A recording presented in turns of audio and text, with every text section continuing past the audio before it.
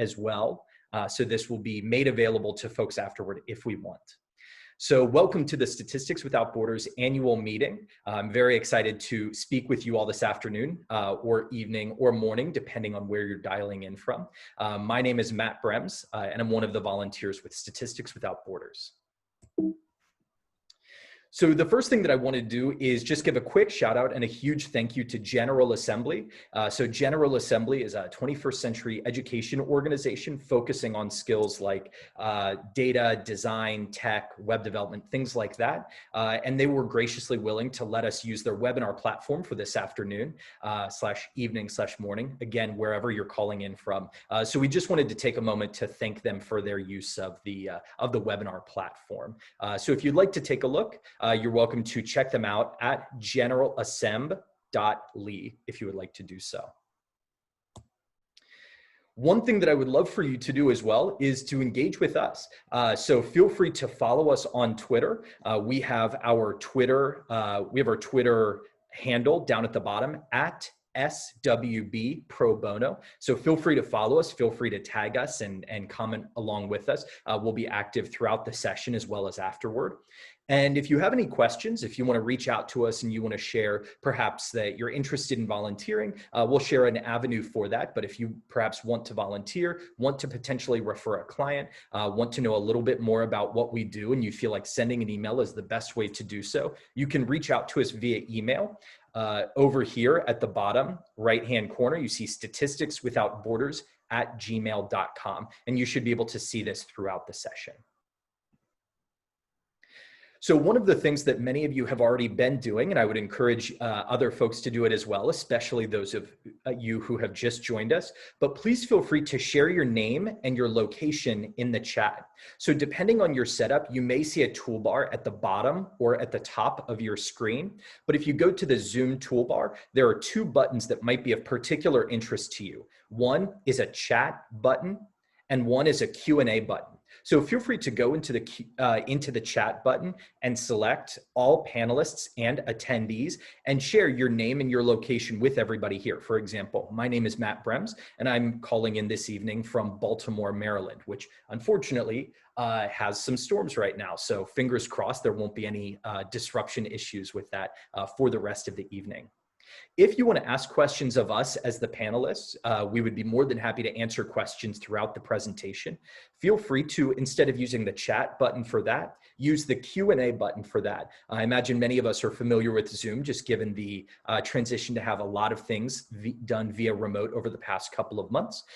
But if you would like to, please click the Q&A button in your Zoom toolbar and you can ask a question. My wonderful colleague Davina is going to be keeping an eye on that and she'll help us coordinate the questions and make sure that we're responding appropriately.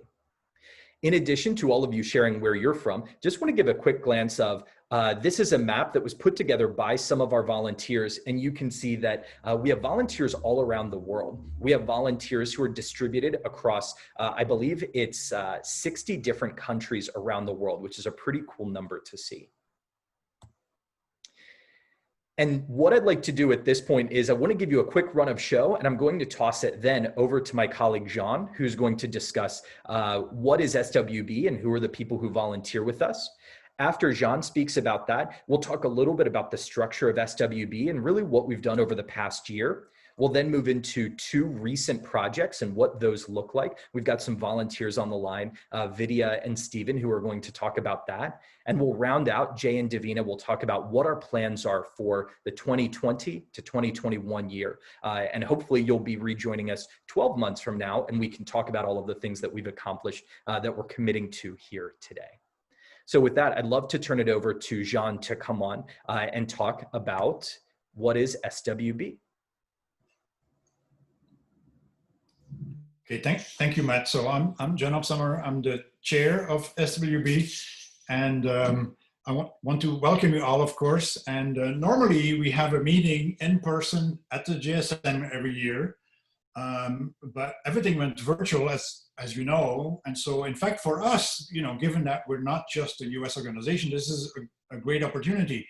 And just looking at the number of people who are attending right now, we broke all records, at least for the last 10 years, in terms of attendees at our annual meeting. So this is really exciting for us. And I'm assuming we might just switch to this format permanently for the future instead of doing a meeting in person at the JSM. So anyway, thank you all for coming. And so because we have so many people, what we're thinking is at least provide a little bit of time, just kind of going over the organization, a little bit of the background and a little bit about the way we're structured, especially for the people who might not know us, at least at that level. So just very briefly, as you see on this slide, we were started in 2008, actually at the JSM. A number of people got together and you have their names there. So Steve Pearson, Gary Shapiro. Gary is here, so he's one of the people who's on the executive committee. Jim Cochran and Fritz Schuren, they started, so we've been around for 12 years. And over the time we went from, well, 5 people to, or 4 people to a much, much larger number. We'll come back to that a little bit later. And the other thing is, I wanted to show you the mission, just write it down. And this is slightly abbreviated, but this is literally the text from our mission. And I'm not going to read it to you. What I want to tell you, first of all, is that we think of ourselves as an organization, Statistics Without Borders, but what we really are is an outreach group of the American Statistical Association. And the difference is, I guess, mostly legal in the sense that we're not actually a nonprofit ourselves. The nonprofit would be the American Statistical Association. But we run ourselves, and we decide on what we do, etc. To a very large extent, as long as we stay within the rules of the American Statistical Association.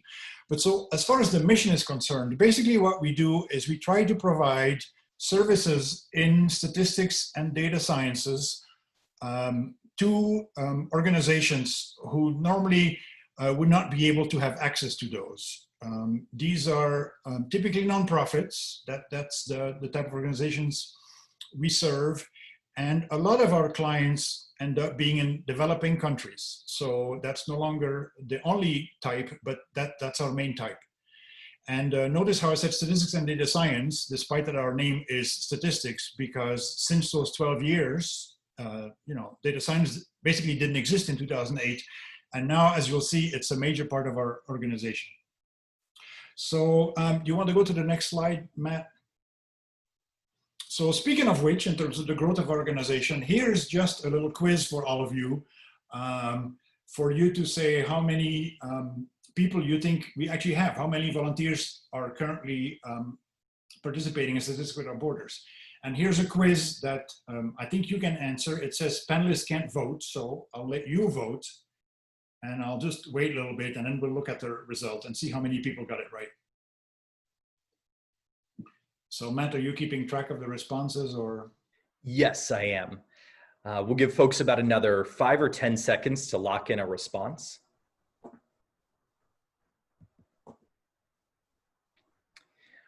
All right, looks like we've got a north of an 80% completion rate, so that response rate. So feels good to go here. I'm going to go ahead and end the poll.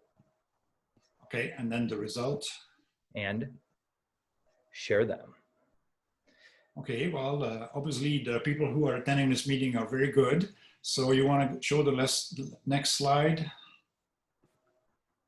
So the right answer is C. So that's the number of volunteers we currently have. So good job, audience. And so now I guess I'm going to go to, or we're going to go to Smita, who's going to talk a little bit about those volunteers in particular. So Smita, you want to go ahead? So. Sure. Okay. Hi, everyone. And speaking of statistics, who says we don't eat our own dog food, right? So in the spirit of being a statistical organization, this was one of our first internal projects, was to characterize our own membership demographics. And thanks goes to Janet Raboud and her project team for working on this. And so in this graph, we're of course seeing the distribution of the years of work experience that our membership has reported. And as you can see, the vast majority of our members have between 3 to 5 years of work experience, although we have a sizable number, about almost a quarter of our membership has over 10 years of experience. And that slice also includes retired folks. And you can see there's some number of people with less than a year of experience as well. And we'll talk a little bit more about that. So next slide, Matt. Okay, this one is showing you the highest level of education of our members. And you can see that almost a half of our members have a master's degree. About 20% have a PhD, and another about 30% have at least either an undergraduate degree or have done some graduate work. You will also see a very small number of high schoolers amongst our membership. And I should let you know that while we do encourage students to join SWB, you should know that you cannot be assigned to an actual SWB project for a client unless you have, if you're considered a minor in your country of origin. So just something to keep in mind. Having said this, we at SWB do consider it our goal to, set students up on different projects so that they can learn from their peers, and they can also start to create a network that may come in useful and would help them out once they start entering the workforce. So that's one of our goals, and we do hope that students will join SWB. And then the next slide shows us the main area of study that our SWB members have reported. So no surprise to all of us, right? Statistics is the largest category in here. But as you can see, it is fast being overtaken by data sciences, which shows the popularity of this new field. Well, it's not super new, but still this field of study amongst our membership. We also have quite a few categories showing us fields for applied statistics, such as public health, economics, etc., and a few fields that are not statistics related, such as chemistry, physics, and even accounting. So the bottom line here, folks, is that if you would like to contribute to SWB, then become a member by all means. There's a lot to do, as you will hear from the other speakers. There's a lot to do in SWB that does not necessarily require statistics, and we welcome everyone. So thank you, and with that, I'll hand it back to Matt, or actually to Kathy.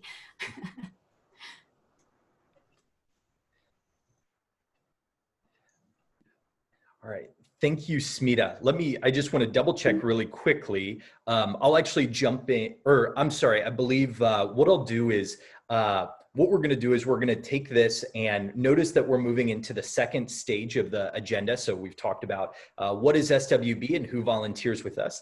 Those educators among us know that that you're supposed to go back and check off the items as you go through the lessons, the learning objectives and pedagogy today, so to speak.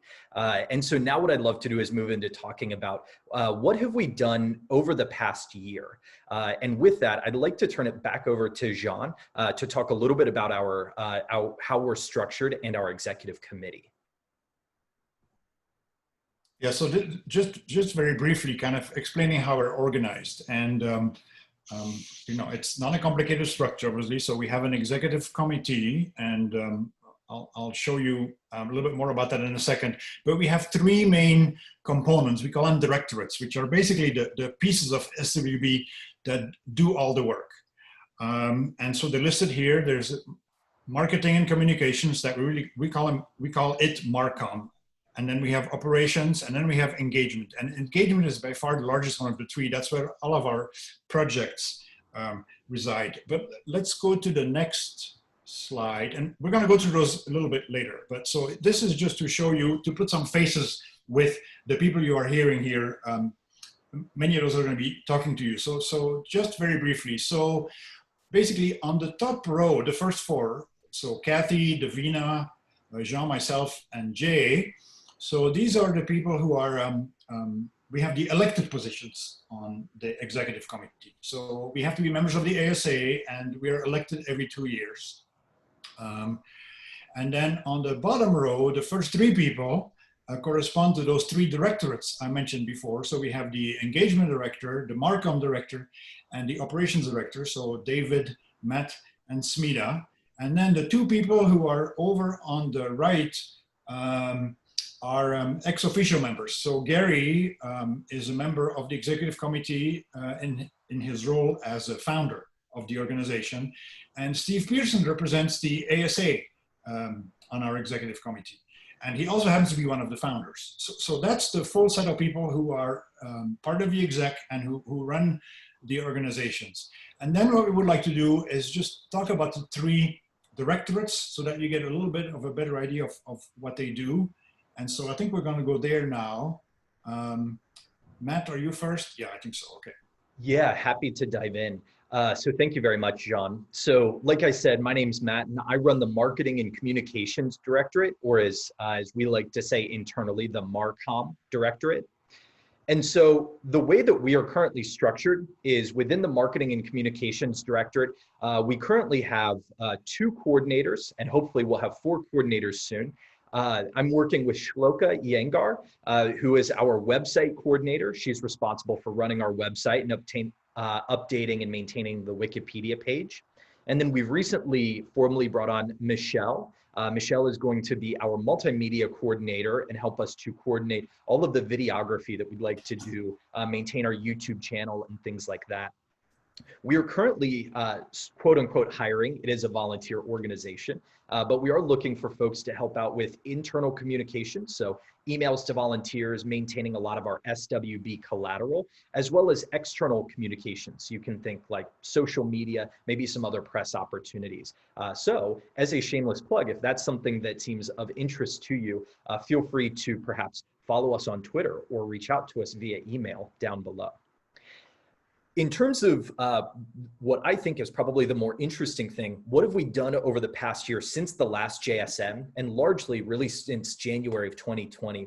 There's a couple of things that we've really focused on. So first, we've written 2 articles for AmStat News, both of which are coming out in the September issue. So if you get AmStat News, if you have a subscription to it through the ASA, next month's issue will have 2 articles on SWB and some of the projects that we work on. We tried to ramp up our Twitter presence. We've gotten about 30,000 impressions on our various tweets so far and increased our followers by 34%. We found this out, or we calculated this, I should say, before JSM. So hopefully with your help, we're gonna see a dramatic bump in those numbers as well. We've brought on 2 permanent volunteers, Michelle and Shloka. And we've also got a new logo. So down here you see our old logo, but I want to show you that in partnership with General Assembly, 2 or rather 3 user experience designers from it helped interview us, helped to understand what are the things that we want to do and what do we want to accomplish. And were able to help us take what was our old logo and turn it into something that looks a little bit fresher and a little bit more modern. So we're excited to have this. You'll notice that this is consistent with what you see on the slides. We're slowly changing all of our other collateral on LinkedIn and Twitter and our website and everything over to the new logo, but very excited about our what I will describe as our sleek new look. And so we're excited to continue rolling that out. So that's what I've been working on with my team over the past 12 months. What I'd like to do is I'd now like to toss it back to Smita to talk about the Operations Directorate. Thank you, Matt. Can everyone hear me? Okay, so I'm a member of the operations team along with a some dedicated individuals. And we basically are responsible for the smooth operations of the organization from a technology standpoint. So we manage the membership database, which is housed in the software called Wild Apricot. And myself and my colleague Riyad Elmore run that together. And then we have our team member Joyance, who takes care of all the Gmail, the emails that come in on either of our email engines. And she responds to most of them and lets me know if there's something that needs EC attention, EC standing for Executive Committee. And then we have Shannon Lesseray Cortez, who takes care of the SharePoint platform. I should mention that SharePoint and OneDrive have been, and the Gmail actually have all been very generously given to us or allowed us by the ASA. So it's thanks to ASA that we have these platforms that we can use. And finally, last but not the least, Joshua Fugino is our newest member, and he has been doing great work with allowing project access and permissions on OneDrive and our Slack platform for chats. So, so that kind of covers everything. In addition to these platforms, operations is also responsible for taking, so we send out all of the emails that you get, including setting up this event. While Apricot also houses our, currently houses our website. And we also maintain and manage all of the documentation for SWB's policies and standards and procedures. So, so that's what we do. We're a small but growing team, and we look forward to inviting some of you onto the team in the near future. And with that, I will hand off again to Kathy this time, I think. Ed, I think that you are going to, you have volunteered to talk about the engagement directorate itself.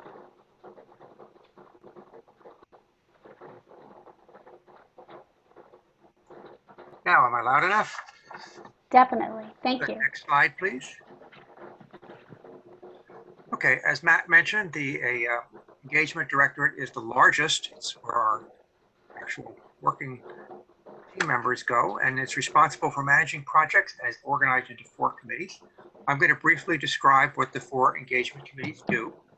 Then I'll show you the leadership on the next slide. And then I'll talk you through a project, a generic project from beginning to end. So as you see, first, new client acquisition actively looks for organizations that might be able to use SWB assistance and contacts them. It is also the first point of contact for organizations that reach out to SWB themselves.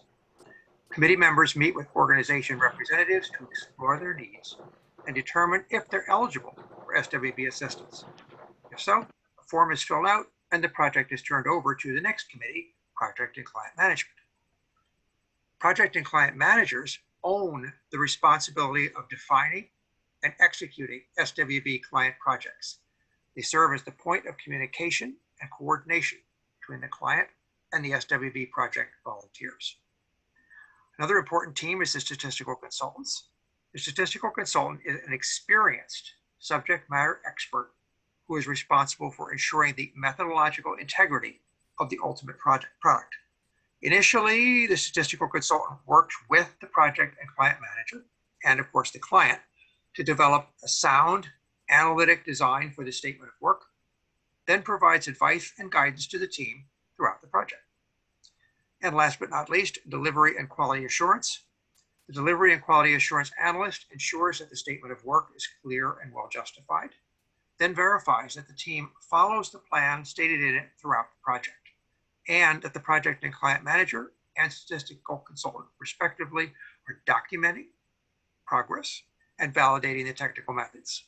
The analyst must sign off on the project at completion before it is given to the client. Next slide, please. And here you see our 4 committees. Each committee is led by 2 people with the vice chairs italicized. Kathy Furlong and Gary Shapiro, you've already seen. They're active in new client acquisition, and of course have other roles in SWB in the past. Project and Client Management Committee, there's Fatima Zarin and Lena Lichtteich. And the statistical consultants heads are Julia Reed and Janet Rabu. And Delivery and Quality Assurance, Michiko Wolcott, and yours truly at Graceland. Okay, next slide. Okay, Matt, would you advance to the first bullet? Thank you. So as you heard earlier, we have a committee devoted to new client acquisition. New projects generally start there, even if the project is with an existing client, because all potential SWB work needs to be vetted before moving on. In theory, a new project with an existing client could skip this step, but that doesn't happen very often. Some clients approach us on their own. In other cases, the new client acquisition team makes the outreach effort. Then, Once a project has been vetted and approved, project and client manager is assigned to oversee the project. Then, that individual will discuss the project with the statistical consultant. The statistical consultant's lead to determine if a statistical consultant is needed, but one almost always is. The delivery and quality assurance lead is notified automatically when a manager has been assigned and will issue a call for delivery and quality assurance analyst. Then, next major step is developing a statement of work. This is very important. It clearly outlines the expected outcomes and timeframe. Everyone mentioned so far, except new client acquisition, is involved in this, since the manager, statistical consultant, and the delivery and quality assurance analyst must all approve the statement of work before it can be signed by the client. Then, only once a statement of work is completed is there a call for volunteers, set through our Wild Apricot email list. The project and client manager reviews the volunteers, of which there are usually many, and selects an appropriate team. Then, the team works on the project under the guidance of the statistical consultant. At selected points, the delivery and quality assurance analyst will check in to see that timelines are being met and the team is following the decisions made in the statement of work. And finally, eventually the project is completed. For it to be final, it must be approved and signed off by delivery and quality assurance. That ensures that it does what it's supposed to do, and the statistical consultant to ensure it meets technical standards. Of course, the manager must be in agreement with this as well. Then if the client approves and signs off, we have another successful project. Yay! And I will turn this back over to Kathy. Thank you so much, Ed. The engagement committees have been extremely busy this year. There were 12 projects. The projects really varied in the types. So there's a lot of data visualizations, mostly dashboards. There has been help, assistance in data collection, analysis. Some people have actually requested that SWB review some of their data sources. With surveys, everything has been covered from designing questions, developing a sampling frame. SWB so far has, at least this year, we don't go out into the field and we don't collect data in the field. That is usually done by the client. However, the client has very frequently asked for the analysis of the data and sometimes the write-up. One very unique particular project this year was using machine learning for Twitter data. But there has also been a request to do client program reviews. Please note that it's actually the first three where the majority of projects are. However, with COVID-19 coming in this year, some of the projects, more specifically some of the survey projects, have had to be put on hold. They were completed up to as much as possible, and then as things settle down after COVID, they will start up again. Thank you so very much for your time. Also, there will be, next slide please, 2 people have volunteered to talk about the projects that they have done this year. Vidya will explain a particular project, and then we will move on to Steve. Thank you very much, Vidya and Steve, for doing this. Thank you, Kathy. Shall I take over now? Yes, please. Thank you. Good afternoon, everybody. My name is Vidya Parameshwaran. I hope you all can hear me. I am the project and client manager for designing the survey with our client, Haiti Now. What I'm going to do right now is to sort of give you a very brief idea about our project and what we as SWB have been working on so far. A bit of a background about Haiti Now. They are a Miami-based nonprofit organization working on raising awareness around the lives of thousands of impoverished restavek children since the 2020 Haiti earthquake.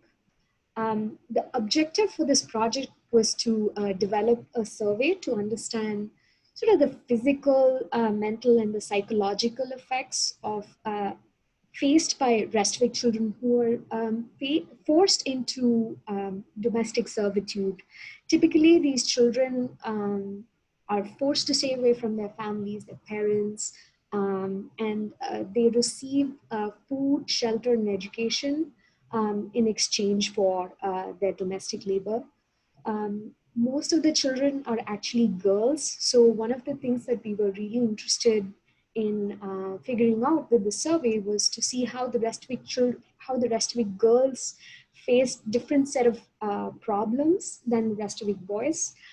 So it was a very, there were a lot of intricacies that were involved in the design phase of things. And we're still in phase one. We're in the pilot phase right now.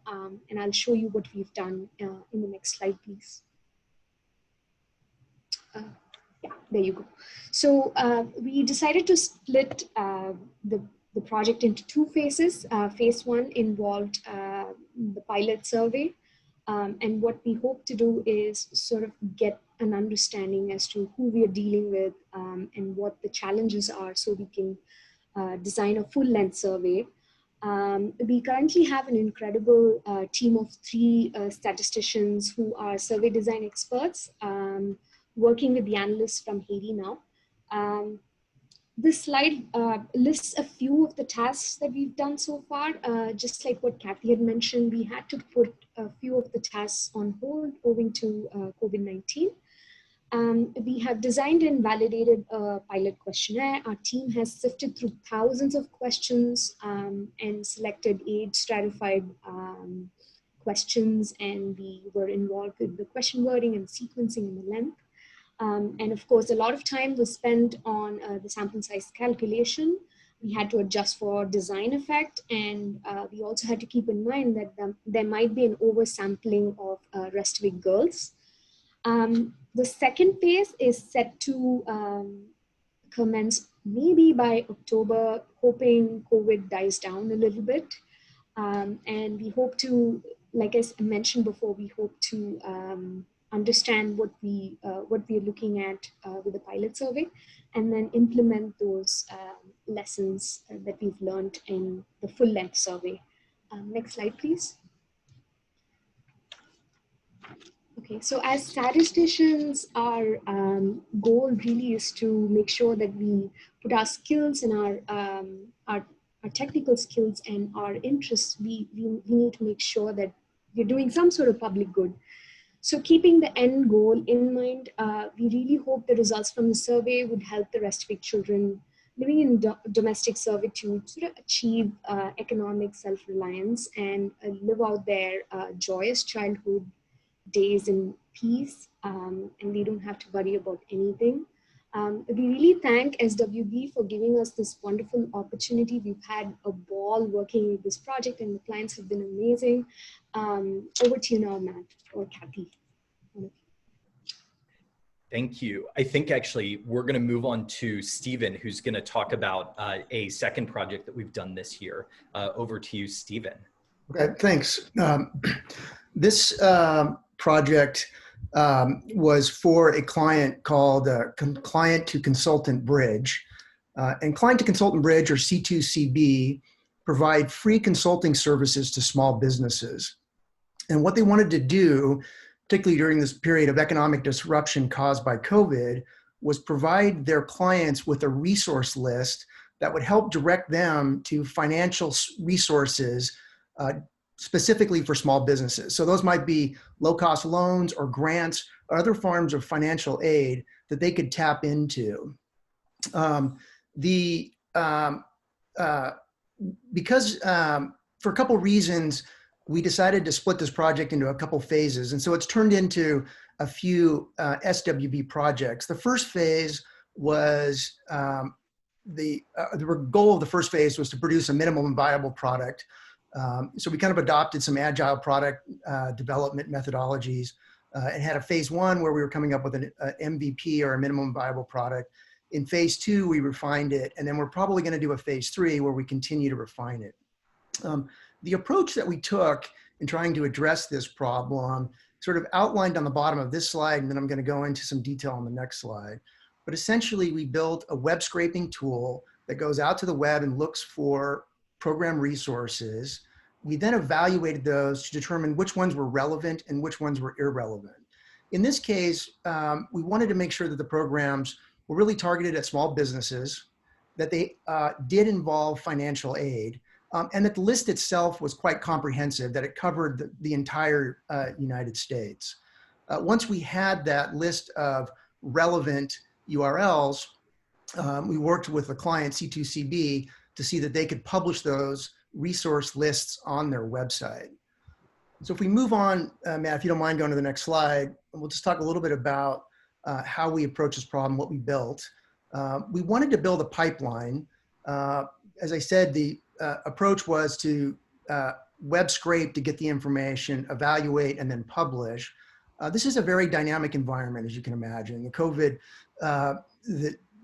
COVID crisis kind of changes every day. These programs also change a lot. So some will open up, distribute all of their funds and close down. New programs will come into existence. So part of the objective here was to make sure we had a pipeline that could be continually run so we could keep this information as fresh as possible.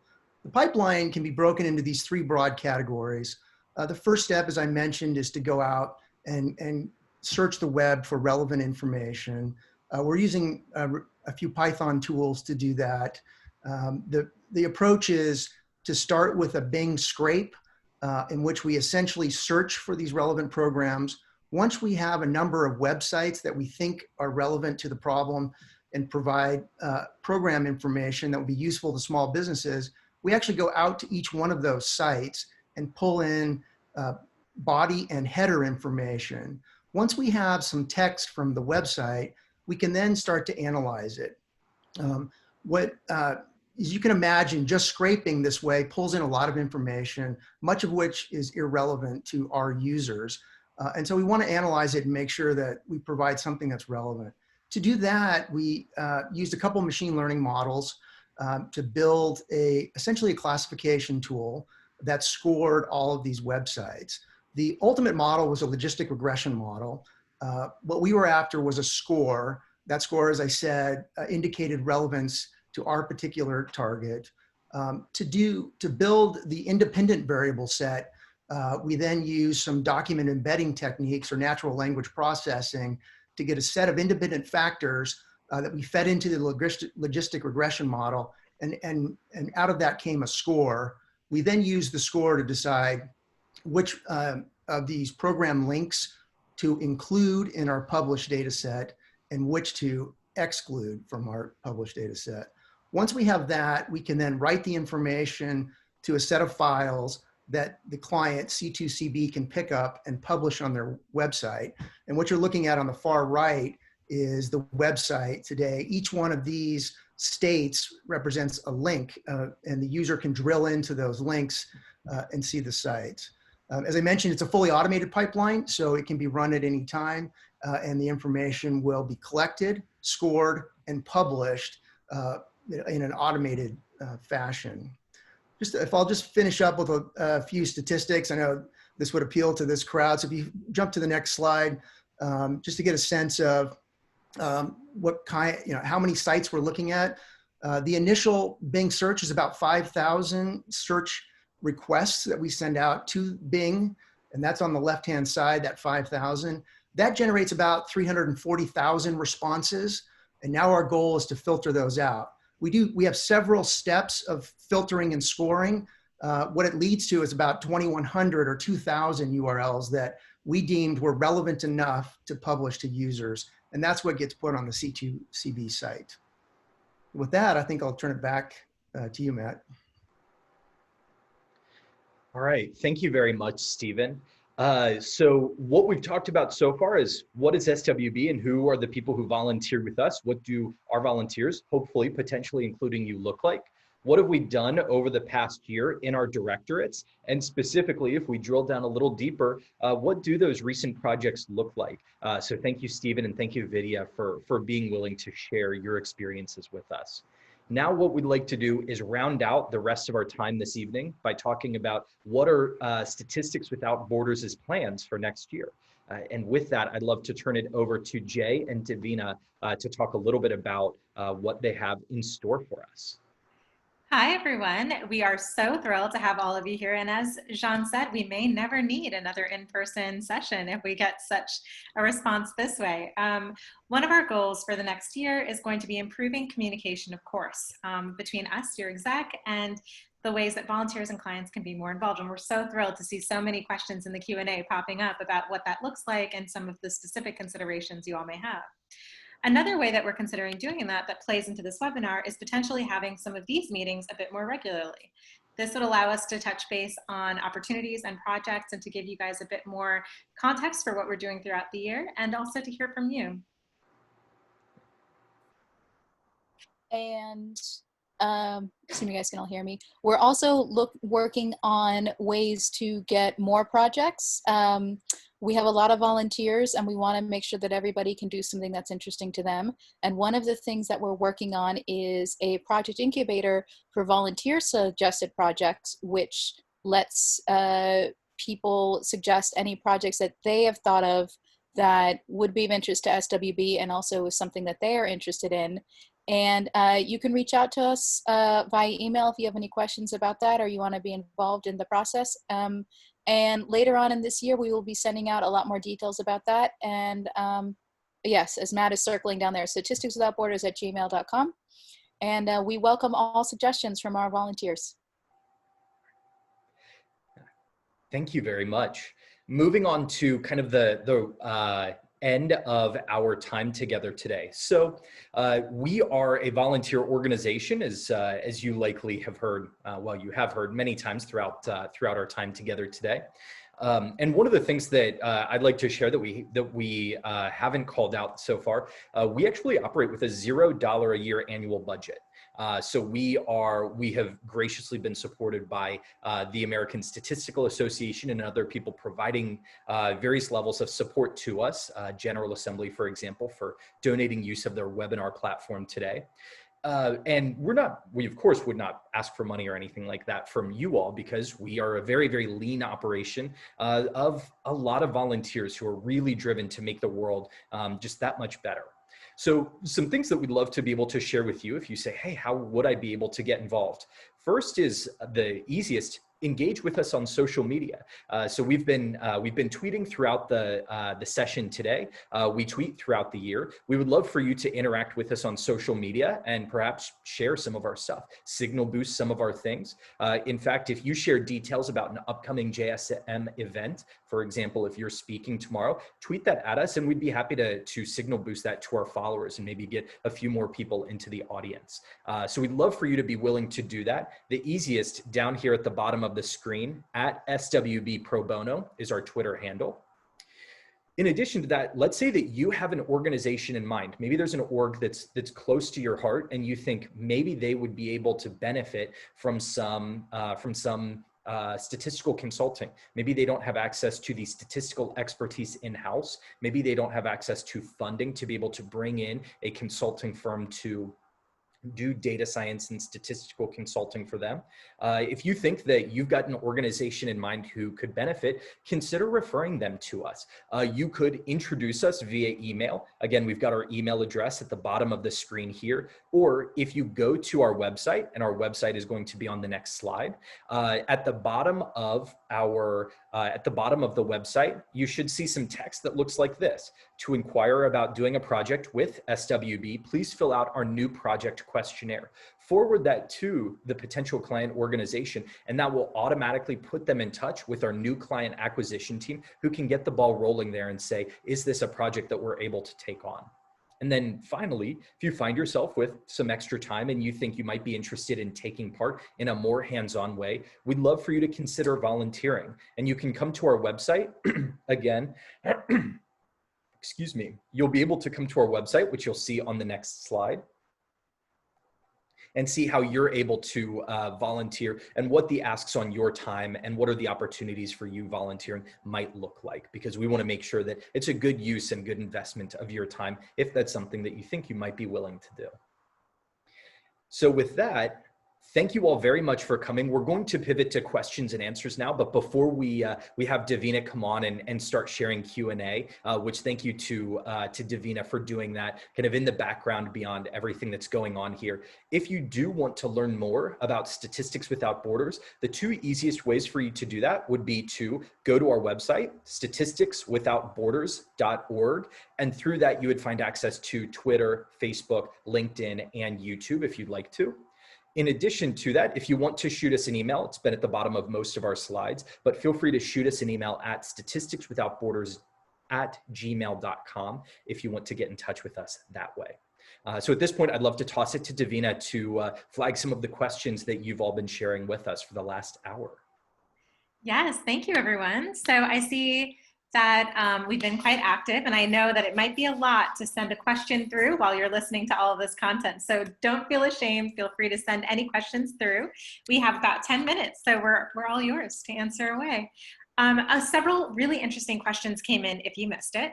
One of them was about our slogan, Statisticians in Compassionate Service. So Matt, they like the new logo. I think that's it. But the question is, where did that phrase go? And yeah, go for it. Sorry, go ahead. Oh, all I was saying is that I think the slogan is definitely something that we all, it resonates with us all. And I think the idea is that we'd like to also reinforce that we have a very holistic view of what a statistician is. But on to you, Matt. Yes, if I could, I apologize for scrolling back so many slides, but I think that it bears repeating a little bit what we saw up here. So you should be able to see, my screen now, where we say statistics is by far the most common area of study, but it's also far from the only one. And we are moving toward becoming a bigger and bigger tent organization. And that's because we are grappling with, just like a lot of organizations are grappling with, how does statistics relate to the emerging field of data science? How does statistics relate to the requirements of computer science and how we rely on computer science? What about people who are trained in other fields like epidemiology or economics, for example, or political science or psychology, who have a lot of great methods training in statistics, but might not call themselves statisticians? So all of that is to say is that we want to remain Statistics Without Borders. You shouldn't see anything like Data Scientists Without Borders anytime soon, but we do want to move a little bit away from statisticians in compassionate service, because while many of us do identify as statisticians, we want to broaden that tent a little bit and be a little bit more inclusive and welcome people, because we recognize that there are a lot of volunteers out there who might consider themselves data scientists or something else with a lot to offer. So yeah, I hope that that was helpful to those of you who asked the question. Davina. Yes, the next question, Matt, that I think is a really good one also relates to these set of slides that you have up here. And it was from someone with limited experience in statistical applications and this type of work, and how they can get involved, potentially even observing a project or getting involved in some other way at first.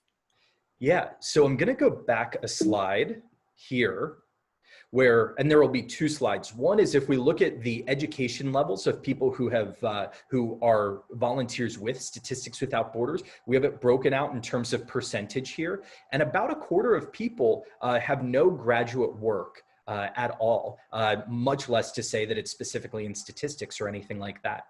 So certainly people who are on the lower end, and I should use different phrasing for that, but people who perhaps have less education, phrased yet again a different way, we're not expecting everybody to come in with a PhD or even a master's degree to contribute to projects. So that's one thing that I think is important to call out. And related to that, looking at the volunteers that we have a lot of volunteers that span a bunch of different dimensions or a bunch of different years of experience. So we have plenty of people who have been working in the industry or who would consider themselves to have more than 10 years of experience. But that's certainly not everybody. So for example, earlier, perhaps you remember Ed talking about some of the different types of people who participate on projects. And I'm gonna move forward a couple of slides just to show this off. And I apologize for all of the scrolling here. When we look at the four different committees under engagement, the statistical consulting committee, that tends to consist of subject matter experts who have a lot of experience in statistics or very, very closely related fields. So in that regard, if you're somebody who has maybe 10, 15, 20 years of experience, that is probably more in the vein of what you're interested in. Now, we don't have a specific litmus test. You must have at least this number of years of education in this particular field, but we do want to make sure that people who are responsible for the statistical rigor of these projects do have that background.